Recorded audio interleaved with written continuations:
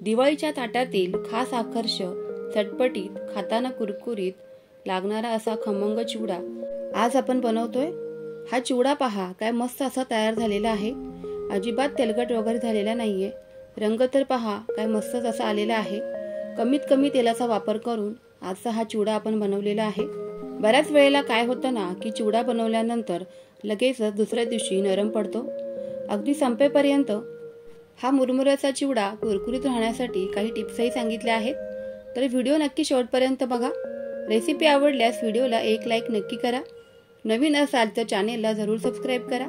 चला तर मग फ्रेंड्स, पटकन वेळ न घालवता रेसिपीला सुरुवात करूयात। सर्वात आधी तर इथे मी अर्धा किलोचे भडंग मुरमुऱ्याचे पॅकेट आणलेले आहे। तर ह्या मुरमुऱ्यांना बरेच जण भडंग मुरमुरे असेही म्हणतात। चिवड्यासाठीचे लागणारे हे मुरमुरे आकाराने किंवा साईजने थोडे मोठे मोठे असतात, त्यामुळे मोठ्या साईजचे मोठ्या आकाराचेच आपल्याला इथे भडंग मुरमुऱ्याचे पॅकेट आणायचं आहे। आता हे मुरमुरे बाजारामध्ये सहज उपलब्ध आहेत। घरी आणल्यानंतर ते या पद्धतीने चाळून घ्यायचे, कारण यामध्ये भट्टीत भाजलेले हे मुरमुरे असल्यामुळे बऱ्यापैकी रेती असते, कधी कधी कचरा वगैरे असतो, त्यामुळे आपल्याला हे मुरमुरे असे चाळून घ्यायचे आहेत, म्हणजे ते कचकच लागत नाही। असे हे मुरमुरे चाळून झाल्यानंतर अगदी स्लो गॅसवरती आपल्याला कुरकुरीत होईपर्यंत भाजून घ्यायचे। मोठ्या गॅसवर किंवा फास्ट गॅसवर भाजायचे नाहीत, नाहीतर मग हे मुरमुरे करपून जातील, कारण हे मुरमुरे वजनाने अगदीच हलके आहेत, त्यामुळे लगेचच ते करपू देखील शकतात। म्हणून सतत एकसारखे आपल्याला हे हलवून घ्यायचे आहे। असे हे मुरमुरे भाजत असताना मध्ये मध्ये चेक करायचं आहे। कुरकुरीत आणि क्रिस्पी झाले की लगेचच ते गॅसमधून किंवा कढईमधून बाहेर काढून घ्यायचे आहेत।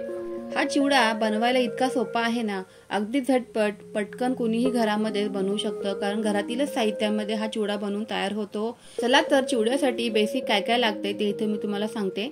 आता इथे मी 1 वाटी शेंगदाणे घेतलेले आहेत, त्यानंतर 1 वाटी डाळव घेतले। आवडीप्रमाणे तुम्ही इथे ड्रायफ्रुट्स घ्यायचे आहेत।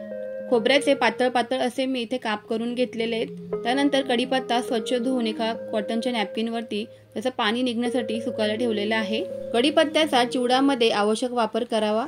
आता इथे आपल्याला जाड तळाचा असा पॅन घ्यायचा आहे आणि त्यामध्ये या पद्धतीची चाळण वगैरे ठेवून घ्यायची आहे, जेणेकरून आपल्याला आपण जे पदार्थ तळणार आहोत तर ते पटकन तेलामधून बाहेर काढण्यासाठी मदतच होऊन जाईल। किंवा मग तुमच्याकडे या पद्धतीची चाळण नसेल तर तुम्ही इथे झाऱ्याचाही वापर करू शकता। आता हे जे शेंगदाणे आहेत ना, ते आपल्याला अगदी कमी गॅसवरती खरपूस होईपर्यंत भाजून घ्यायचे आहेत। लक्षात ठेवायचे, शेंगदाणे खरपूसच भाजून घ्यायचेत। कुठेही आपल्याला हे शेंगदाणे मऊ वगैरे ठेवायचे नाहीयेत, कारण मग असं केल्यामुळे आपला जो चिवडा आहे तो नरम पडू शकतो लवकर। अगदी वेळ लागला तरीही चालेल, पण आपल्याला हे काम मात्र लक्षात ठेवूनच करायचे। हलकासा रंग बदलल्यानंतर शेंगदाणे तेलाच्या बाहेर या पद्धतीने काढून घ्यायचे आहेत आणि तेल पूर्णपणे निथळून घ्यायचे। सारख्याच पद्धतीने डाळव देखील आपल्याला तळून घ्यायचे आहे तेलामध्ये। गॅसची फ्लेम मात्र सुरुवातीपासून स्लोच ठेवायची। सतत हलवत एकसारख्या रंगावरती हे डाळव देखील आपल्याला तळून घ्यायचे। 3 ते 4 मिनिटांचा वेळ आपल्याला एक पदार्थ तळण्यासाठी द्यायचा आहे आणि त्यामुळेच आपला इथे पदार्थ अगदी कुरकुरीत असं तळला जाणार आहे। आता हे सगळं तेल निथळून घ्यायचं। त्यानंतर असे हे जे पातळ कापून घेतलेले खोबरं आहे ते आता या जाळीमध्ये घालूया आणि या पद्धतीने सतत हलवत हे खोबरं देखील तांबूस रंगावरती तळूनच घेऊयात। खोबऱ्याचा खूप जास्त गडद रंग किंवा डार्क रंगावर तळायचं नाही, नाहीतर मग खोबरं इथे करपट देखील लागू शकतं। त्यामुळे अगदीच तांबूस रंगावरती मी दाखवते त्या पद्धतीने आपल्याला अगदी पटकन हे खोबरं तळलं देखील जातं, कारण पातळ असल्यामुळे ते लगेच करपूही शकतं। तर लक्षात घेऊनच आपल्याला इथे हे काम करायचं आहे। त्यानंतर तळूया सर्वांच्याच आवडीचे चिवड्यामधील अगदी महत्त्वाचा घटक म्हणजे ड्रायफ्रुट्स।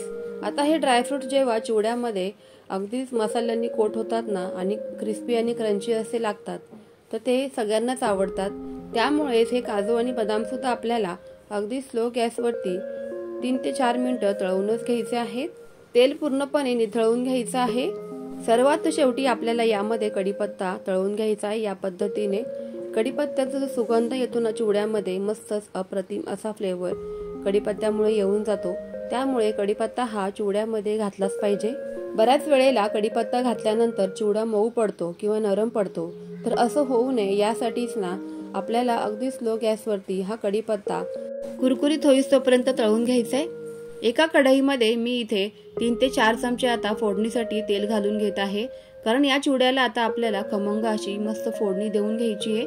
या पद्धतीने तेलाचा वापर केल्यामुळे चिवडा जो आहे तो खूप जास्त तेलकट बनत नाही। तर या पद्धतीने तुम्ही एकदा नक्की चिवडा बनवून बघा। तेल कढईमध्ये घालून झाल्यानंतर यामध्ये आपल्याला 1 चमचा मोहरी घालायची आहे। मोहरी अशी तेलामध्ये छान फुटू द्यायची, म्हणजे त्याची जी चव आहे किंवा स्वाद आहे तो आणखीनच खुलतो। आता याच तेलामध्ये आपल्याला 1 चमचा धने, 1 चमचा बडीशेप आणि जिरे घालायचे आहेत। आता हे सर्वच आपल्याला तेलावरती मस्त असे परतून घ्यायचे। त्यानंतर तुम्हाला जर का आवडत असेल किंवा तुमच्या घरामध्ये लहान मुलं जर का हा चिवडा खात नसतील तर यामध्ये अशा पद्धतीने हिरव्या मिरच्या कट करून घालाव्यात। मिरच्या घातल्यानंतर अगदी बारीक गॅसवरती आपल्याला ह्या मिरच्या कुरकुरीत होईपर्यंत तळून घ्यायच्या आहेत। कारण ह्या मिरच्या जर का मऊ राहिल्या किंवा कुरकुरीत तळल्या नाहीत तर आपला चिवडा इथे नरम पडू शकतो। तर इथे मात्र ही गोष्ट आपल्याला लक्षात ठेवूनच करायची आहे। मुरमुऱ्याच्या चिवड्यामध्ये अशा ह्या मिरच्या कट करून घातल्यामुळे चिवडा अतिशय झणझणीत मस्त असा बनून तयार होतो। आता यामध्ये घालूया काही मीठ। मिरच्या घातल्यानंतर अगदी 10 मिनिटं आपल्याला ह्या मिरच्या अगदी स्लो गॅसवरती या पद्धतीने रंग बदलूपर्यंत तळून घ्यायच्या आहेत, म्हणजे आपला जो चिवडा आहे तो अगदी नरमच पडणार नाही लगेचच। आता यामध्ये मी इथे चिवडा मसाला घालत आहे रामबंधूचा। तुम्ही तुमच्या आवडीप्रमाणे यामध्ये चिवडा मसाला ऍड करू शकतात, पण हा जो चिवडा मसाला आहे ना याने चिवडा अतिशय मस्त खमंग चटपटीत असा बनून तयार होतो। त्यानंतर यामध्ये मी हळद घातली आणि घरगुती आपला जो रेग्युलर गरम मसाला असतो तर तोच इथे मी घातलेला आहे, कारण आजचा हा चिवडा अगदी झणझणीत असा मी बनवलेला आहे। तुम्हाला जर का तिखट कमी आवडत असेल तर तुम्ही यामध्ये गरम मसाला नाही घातला तरीही चालेल। सर्वच मसाले अगदी स्लो गॅसवरती पुन्हा एकदा मिसळून घ्यायचे। मसाल्यांचं हे मिश्रण तुम्हाला जर का कोरडं वाटत असेल तर तुम्ही यामध्ये आणखीन एखादा चमचा तेलाचा ऍड करू शकतात। 1 ते 2 मिनिटं अगदी स्लो गॅसवरती हा मसाला असा परतून झाल्यानंतर लगेचच आपल्याला मुरमुऱ्यामध्ये घालून घ्यायचा आहे। तेलाचा वापर मी अगदी कमीत कमी असा केलेला आहे। आता या मुरमुऱ्यांवरती हा मसाला सर्वच असा घालून झाल्यानंतर कढईमध्ये जो काही मसाला उरतो त्यामध्ये या प्रकारे मुरमुरे घालून घ्यायचे आणि पुन्हा ही कढई अशी मिक्स करून मसाला पूर्णपणे काढून घ्यायचा आहे, म्हणजे मग कढईमध्ये लागलेला जो मसाला आहे तो वाया जाणार नाही। चमच्याच्या मदतीने इथे या प्रकारे आपल्याला हा मसाला मुरमुऱ्यामध्ये मिक्स करून घ्यायचा आहे। मसाल्यांच्या जर का काही गाठी वगैरे झाल्या असतील तर त्या या पद्धतीने मोडून घ्यायच्या। शक्यतो मसाला गरम गरम आहे तोवरच आपल्याला या मुरमुऱ्यामध्ये पटकन असा मिक्स करून घ्यायचा, म्हणजे काय होतं ना की जो मसाला आहे तो सगळ्या बाजूंनी एकसारखा लागला देखील जातो। छान असं चमच्याने हे एकसारखं सतत हलवत मिक्स करून घ्यायचं आहे। तसं पाहायला गेलो ना तर हा जो मसाला आहे ना तर तो एका दिवसाने या मुरमुऱ्यांमध्ये अगदी छान मुरला देखील जातो, त्यामुळे आपला जो चिवडा आहे ना तो अतिशय खमंग आणि चटपटीत असा लागतो। आता आपण जे तळून घेतलेले पदार्थ आहेत तर ते सर्वच यामध्ये घालून घ्यायचे आहेत चिवड्यामध्ये। मस्त असा झटपट आयत्या वेळेलाही हा चिवडा बनवून तयार होतो, त्यामुळे तुम्ही इतर वेळेलाही अगदी जेवणासोबत तोंडी लावण्यासाठी हा चिवडा कधीही बनवू शकतात। 10 मिनिटे सतत हलवत आपल्याला हा जो चिवडा आहे तो मस्त असा मिसळून घ्यायचा, म्हणजे त्याचा रंग अगदी खुलूनच येतो। अर्धा ते पाऊण तासानंतर चिवड्याला रंग तर पहा काय मस्त असा आलेला आहे। या पद्धतीने या दिवाळीला तुम्ही असा चिवडा नक्कीच बनवा। अगदी फटाफट घरातीलच साहित्यामध्ये हा चिवडा इथे बनवून तयार झालेला आहे। रेसिपी आवडली असेल तर व्हिडिओला एक लाईक आणि शेअर नक्की करा। चला तर मग फ्रेंड्स, पुन्हा भेटूयास अशाच छान छान आणि सोप्या रेसिपी सोबत। तोपर्यंत तुम्हा सर्वांना दिवाळीच्या खूप खूप खूप साऱ्या शुभेच्छा। Bye bye friends.